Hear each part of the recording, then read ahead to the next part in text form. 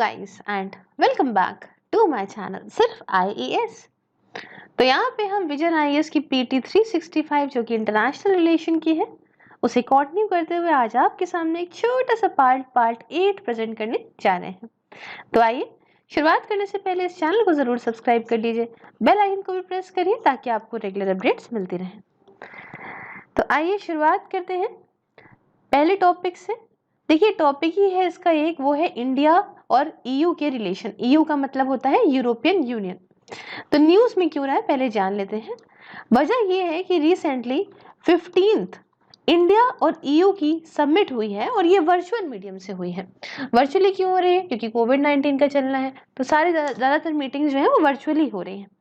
ठीक है, अब यूरोपियन यूनियन कंट्री, इसके बारे में थोड़ा समझे, फिर उसके बाद हम मैप की तरफ आएंगे। देखिए ये एक इकोनॉमिक और पॉलिटिकल यूनियन है, मतलब इकोनॉमिकली और पॉलिटिकली ये सारे लोग एक साथ आए हैं और इसके अंदर कुछ 27 यूरोपियन कंट्रीज हैं जो इसके अंदर आती हैं। समझ गए? तो आप कहेंगे कि मैम ये आती हैं तो इनको क्या फायदा है साथ में आने से?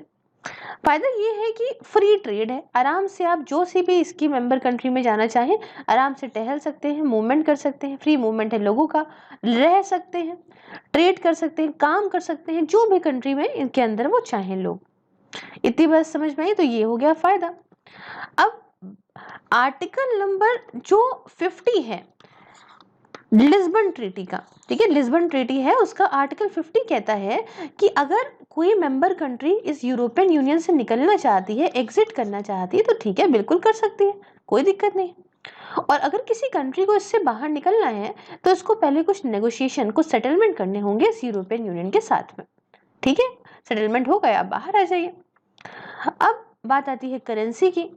तो जी हाँ, इसकी खुद की करेंसी है, करेंसी का नाम है यूरो। और इसमें से 19 जो कंट्रीज हैं, 19 इनकी से 19 मेंबर कंट्रीज हैं, 27 में से 19 लोग जो हैं, 19 कंट्रीज जो हैं वो इसी यूरो का ही यूज करती हैं। इसका खुद का पार्लियामेंट है और खुद के दूसरे इंस्टीट्यूशंस भी हैं। अब बात आती है यूके ने, यूनाइटेड किंगडम ने इसे कब ज्वाइन किया था? इसे ज्वाइन किया था 1973 में। तो हमने चीजें कुछ समझ ली। अब थोड़ा सा ना इन कंट्रीज के बारे में जान लेते हैं, तो थोड़ा सा आपको और अच्छा रहेगा। देखिए इसमें क्रोएशिया आती है, Ireland, Hungary, France, Bulgaria, Spain, Sweden, Italy, Romania, Netherlands, चेक Republic, Austria, Belgium, Malta, Latvia, Luxembourg, Slovakia, Finland, Denmark, Lithuania और Germany, Estonia, Greece, Spain, Portugal, Cyprus, Slovenia. ये सारी की सारी कंट्रीज आती है और ये कुछ यहाँ पे ये पूरी कंट्रीज का मैप है। क्लियर हुआ इस चीजों के बारे में? चलिए अब हम थोड़ा सा यहाँ पे जानेंगे, कुछ ओवरव्यू लेंगे कुछ रिलेशंस के बारे में, बट इससे पहले थोड़ा सा रिलेटेड इंफॉर्मेशन को समझते हैं। अब रिलेटेड इंफॉर्मेशन में सबसे पहली बात आती है European union Vietnam free trade agreement की। क्या कहता है? EVFTA। क्या है ये? देखिए वियतनाम की नेशनल असेंबली ने रेटिफाई करा इस European union Vietnam free trade agreement को और European union Vietnam investment protection agreement को, और इसी के साथ यहाँ पे एक रास्ता बनता है कि भाई ये दोनों एग्रीमेंट लागू होंगे। अब ये शॉर्ट फॉर्म में मैं बोलूंगी, ठीक है। EVFTA है, ये सेकेंड FTA है, मतलब सेकेंड फ्री ट्रेड एग्रीमेंट है जो कि यूरोपियन यूनियन और एशियन कंट्री के बीच में हुआ है सिंगापुर के बाद। मतलब पहले सबसे पहले तो उन्होंने सिंगापुर के साथ साइन किया था, सिंगापुर के बाद ये वियतनाम दूसरी कंट्री एशिया की बनी है जिसके साथ इन्होंने ये साइन करा है। ये जो 19 इससे क्या होगा? इससे 99% जो कस्टम ड्यूटीज हैं वो खत्म हो जाएंगी। इससे जो भी ब्यूरोक्रेटिक हर्डल्स आते हैं बीच में, है ना, ब्यूरोक्रेसी बहुत ज्यादा इन्वॉल्व होती है कोई भी स्टैंडर्ड्स, रेगुलेटरी स्टैंडर्ड को लगाने में। कुछ गुड्स जैसे आ रहे हैं, कार्ड्स आ रही है, कोई मेडिसिन आ रही है, तो इसमें ये ब्यूरोक्रेसी खत्म हो जाएगी।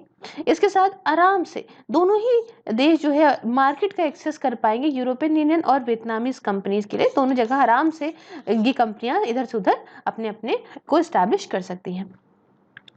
ये ऐसा पहला फ्री ट्रेड एग्रीमेंट है जो कि इस कोविड-19 के पूरे भैया वर्ल्ड में जो इसने तहलका मचा दिया उसके आउटब्रेक के बाद साइन हुआ है।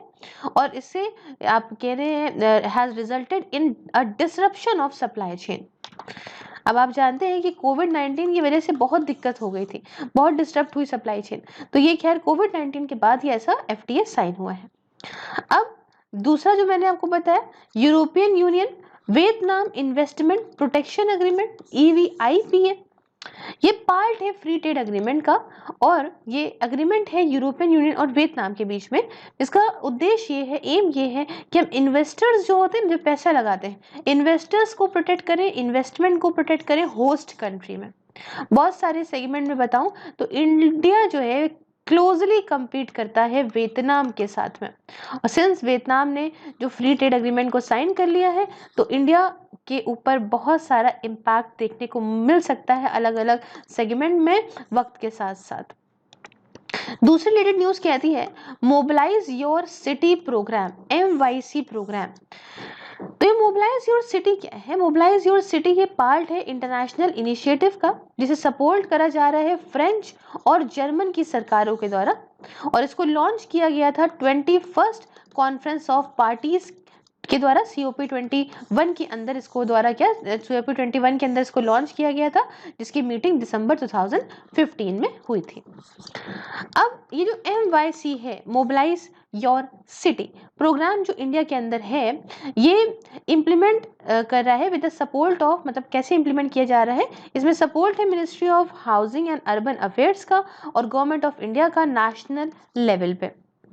अब इसमें और भी कई लोग इन्वॉल्व हैं, कई और स्टेक होल्डर्स भी हैं, जैसे कि Ahmedabad municipal corporation, Kochi municipal corporation, Nagpur smart and sustainable city development corporation limited. उसके बाद यहाँ पे सारे के सारे जो है कंट्रीब्यूट कर रहे हैं इसको, इस प्रोग्राम को इम्प्लीमेंट करने में सिटी लेवल पे, है ना, कि ये सिटी लेवल पे है तो सिटी लेवल पे कर रहे हैं। अब यही जो MYC पार्टनरशिप है, इसका उद्देश्य क्या है? उद्देश्य ये है कि कुछ 100 शहरों को, 100 सिटीज को और 20 कंट्रीज को के जो है इम्प्रूव करें, कि उनकी अर्बन मोबिलिटी इम्प्रूव हो इनके सिटीजन के लिए, और साथ में जो ट्रांसपोर्ट है उसे भी डीकार्बोनाइज करें, ताकि भाई जो इतने बड़े लेवल पे इतना जो क्लाइमेट चेंज हो रहा है, क्लाइमेट क्राइसिस हो रही है, उससे यहाँ पे बचा जा सके। अब नेक्स्ट जो रिलेटेड इंफॉर्मेशन में आता है वो आता है ब्रेक्जिट ट्रेड डील। क्या है आइए समझते हैं। देखिए, यूनाइटेड किंगडम और यूरोपियन यूनियन इन दोनों ने अग्री करा कि पोस्ट ब्रेक्जिट, मतलब ब्रेक्जिट के बाद जो है क्या रहेगा, तो ब्रेक्जिट फ्री ट्रेड डील को यहाँ पे इन्होंने अग्री करा। उसका नाम दिया यूरोपियन यूनियन मतलब EU, और यूनाइटेड किंगडम मतलब UK, EU-UK trade and cooperation agreement. और ये भैया पक्का हो गया, इसने यहाँ पे पक्का कर दिया यूके की एग्जिट फ्रॉम द ब्लॉक, मतलब अब मैंने आपको पहले बताया कि पहले यूनाइटेड किंगडम जो है इस यूरोपियन यूनियन का पार्ट था, अब वो इससे बाहर आ गया है, और ये भी बताया था कि बाहर आने के लिए कुछ नेगोशिएशंस करने पड़ते हैं, कुछ सेटलमेंट्स करनी पड़ती हैं, तो ये यहाँ पे हो गई कंप्लीट। अब ब्रेक्जिट का मतलब क्या है? British exit. इसका मतलब ये ऐसा प्रोसेस है इसमें यूनाइटेड किंगडम यूरोपियन यूनियन से बाहर आ गया था, और साथ में यूरोपियन एटॉमिक एनर्जी कम्युनिटी से भी ये बाहर आ गया था। एक रेफरेंडम करवाया गया 2016 में, 2016 में, उसमें ब्रिटेन ऐसी पहली कंट्री बना जिसने यूरोपियन यूनियन को छोड़ दिया जनवरी 2020 में, जिसके बाद उसके after which N 11-month transition period was kicked in accordance with the withdrawal agreement. जैसे विड्रॉल एग्रीमेंट के हिसाब से एक 11 मंथ का ट्रांजिशन पीरियड हुआ। अब यूके और यूरोपियन यूनियन ने फाइनली अग्री कर दिया कि यहाँ पे एक डील को अग्री करा है that will define their future relationship. ठीक है, ये डील डिफाइन करेगी कि आखिरकार इन दोनों में फ्यूचर में क्या रिश्ता होगा, कैसे रिश्ता होगा। अब यहाँ पे थोड़ी और चीजें समझ लेते हैं। देखिए, कुछ चीज़ों के बारे में बताऊंगी, बैकग्राउंड समझाऊंगी, इकोनॉमिक एंड कमर्शियल रिलेशन बताऊंगी किसके किसके साथ में, डिफेंस और सिक्योरिटी कोऑपरेशन, सब कुछ बताऊंगी, cooperation in science and technology और पीपल टू पीपल। आइए समझते हैं। सबसे पहला कहता है India European Union relation date to the early 1960। जो हमारे इंडिया के और यूरोपियन यूनियन के जो रिलेशन है वो 1960s से हैं, और इंडिया ऐसी पहली कंट्री रहा था, वन ऑफ द पहली कंट्री रहा था जिसने यहाँ पर डिप्लोमेटिक रिलेशंस को रखा था यूरोपियन इकोनॉमिक कम्युनिटी के साथ में।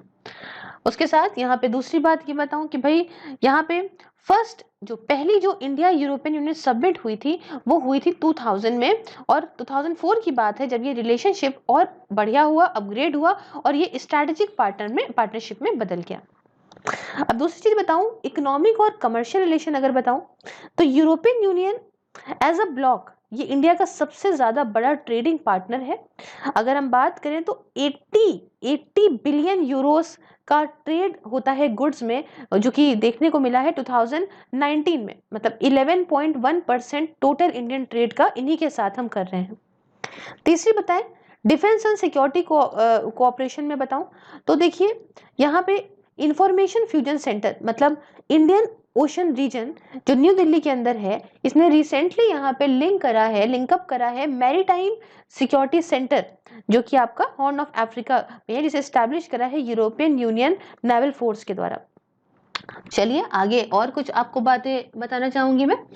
ये है कोऑपरेशन जो साइंस एंड टेक्नोलॉजी में हम दोनों का, वो ये है कि यूरोपियन यूनियन सपोर्ट करता है मोबिलाइज योर सिटी प्रोग्राम में। अभी जो कंट्री हमारे इंडिया के अंदर चल रहा है ना, करेंटली 3 पायलट सिटीज में है, ताकि हम अर्बन ट्रांसपोर्ट रिलेटेड जो ग्रीन हाउस गैस के एमिशन है इसे कम कर सकें ना, अर्बन एरियाज में जो ग्रीन हाउस गैस निकलती है उसे कम कर सकें, और ट्रांसपोर्ट में ना, ट्रांसपोर्ट की फील्ड में। अब दूसरी बात कि इंडिया और यूरोपियन यूनियन ने यहाँ पे सेटअप करा है एनर्जी पैनल को भी 2005 में। क्या करा है, इंडिया और यूरोपियन यूनियन ने सेटअप किया है एक एनर्जी पैनल को भी 2005 में, कोऑपरेशन के पर्पज से, जो कि एनर्जी और एनर्जी सिक्योरिटी में कोऑपरेट करेगा, मिलजुल के काम करेगा। दोनों यहाँ पे काम करेंगे, जैसे कि European union India clean energy cooperation, साथ में इंडिया EU वाटर पार्टनरशिप में, सब में काम करेंगे। और आखिरी में अगर हम पीपल टू पीपल टाइज की बात करें, तो हमारे रिश्तेदार वहां रहते हैं नहीं, दोनों ने साइन करा है horizontal agreement on civil aviation in 2018, ताकि यहाँ पे बायलैटरल ट्रैवल, मतलब दोनों ही कंट्रीज में ट्रैवल बढ़ा जा सके, टूरिज्म बढ़ा जा सके। दोनों ही साइड ने क्या करा है कि लिंक करा है कॉमन एजेंडा को ऑन माइग्रेशन एंड मोबिलिटी। क्या हुआ है, common agenda on migration and mobility CAMM को 2016 में इन्होंने यहाँ पे साइन कर दिया था, इंक कर दिया था। और ये एक फ्रेमवर्क है कि भाई हम माइग्रेशन में अपना कॉपरेशन दिखाएंगे, मिलजुल के काम करेंगे। यहाँ पे अगर हम बात करें तो करीब 50,000 इंडियन स्टूडेंट्स जो हैं वो करेंटली पढ़ रहे हैं बहुत अलग अलग यूरोपियन यूनिवर्सिटीज में। कई सारे जो हैं वो यूरोपियन यूनियन के इरास्मस मुंदस स्कॉलरशिप प्रोग्राम का भी हिस्सा है, और फॉर हायर एजुकेशन के लिए जिनका ये इरास्मस मुंदस स्कॉलरशिप प्रोग्राम है, इसका भी हिस्सा है। तो हमने यहाँ पे ये पूरा पार्ट देखा, छोटा सा पार्ट है, अच्छा है, इंटरेस्टिंग है। तो अगर आपको अच्छा लगा तो प्लीज़ लाइक शेयर सब्सक्राइब जरूर करिएगा। बाकी अगर आप मुझे कहीं भी फॉलो करना चाहते हैं, लिंक डिस्क्रिप्शन बॉक्स में वीडियोस की आपको वीडियो मिल जाएगी, सारी कॉपी, सिर्फ IAS के नाम से पेज है फेसबुक पे भी, और साथ में आप इंजॉय कर सकते हैं पर्क्स को भी। जस्ट आपको प्रेस करना है ज्वाइन बटन और इंजॉय करनी है perks. Thank you so much for discussion, have a wonderful day, take care.